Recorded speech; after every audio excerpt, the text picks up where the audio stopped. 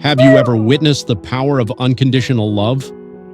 This incredible story reveals the unbreakable bond between a paralyzed veteran and his loyal dog, showcasing the unwavering support and resilience that can bloom in the face of adversity. Sergeant Nathaniel Nate Rowan was once the epitome of American grit, a decorated Marine who had served 3 tours in Afghanistan. Tall, broad-shouldered, with steel blue eyes that had seen both triumph and terror, Nate returned from his final mission with a spinal injury that severed his mobility from the waist down. The transition from battlefield to hospital bed was brutal.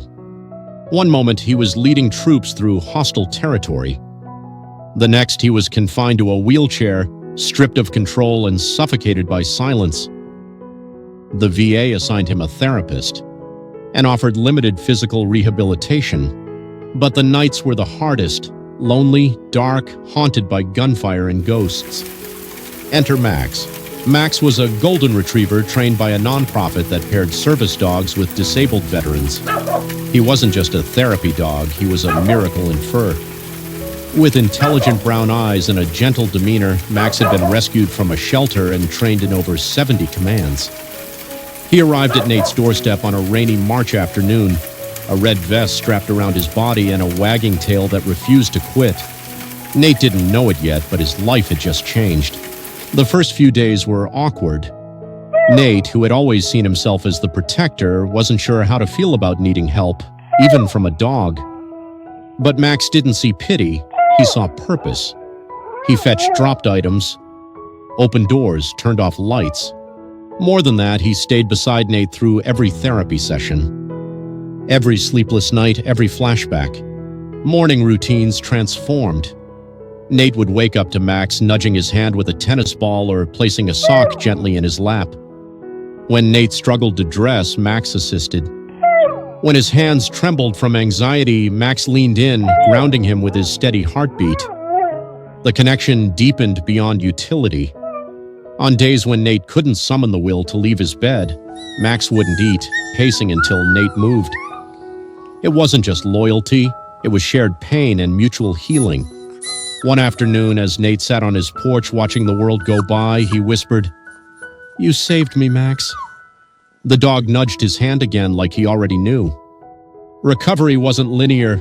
There were dark valleys, panic attacks, survivor's guilt, unbearable pain. The loss of his squad haunted Nate. On Veterans Day, he couldn't stop crying. Max was there, every moment.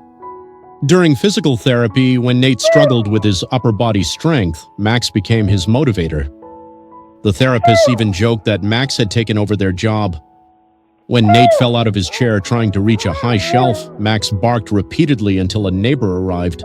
Beyond physical aid, Max's presence proved therapeutic. Studies showed that service dogs reduced PTSD symptoms by up to 82%. Nate was living proof. His nightmares became less frequent. His isolation faded. The world began to feel safe again. They started going to community events, farmers markets, veteran gatherings. Max wore his vest proudly. Children rushed to pet him and strangers struck up conversations. Nate found himself smiling, laughing even. For the first time in years, he didn't feel broken. Nate began volunteering at the same nonprofit that trained Max. He met other veterans, men and women grappling with invisible wounds. Some were skeptical, guarded like he once was. But Nate simply smiled, told his story, and let Max do the rest. He started giving talks at schools and community centers, spreading awareness about service dogs and PTSD. His words were honest, raw. "I didn't just lose my legs, I lost my will." Max brought it back.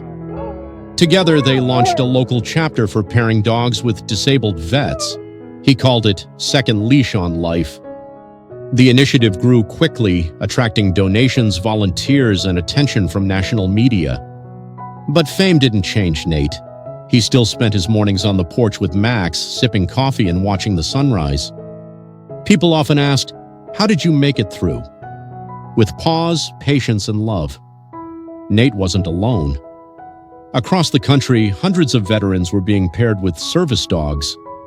In California, a former Army medic named Lisa credits her Labrador, Bear, with saving her from suicide. In Texas, a double amputee Marine named Deshaun found joy again through his husky Luna. The science backed the stories. Therapy dogs reduce stress, improve sleep, and even helped regulate heart rhythms. But beyond the data were the bonds forged not in war but in the quiet moments that followed. Nate and Max's story became part of a national campaign, inspiring legislation that provided funding for veteran service animals. The ripple effect was real. And yet Nate never saw himself as a hero. "I was just a guy trying to survive," he'd say, and Max was the one who reminded me how. In the final years of Max's life, Nate stayed by his side just as Max had done for him. When Max passed peacefully in his sleep, Nate held him, whispering, "You gave me everything." He buried Max under the old oak tree behind the house where the sunsets were brightest.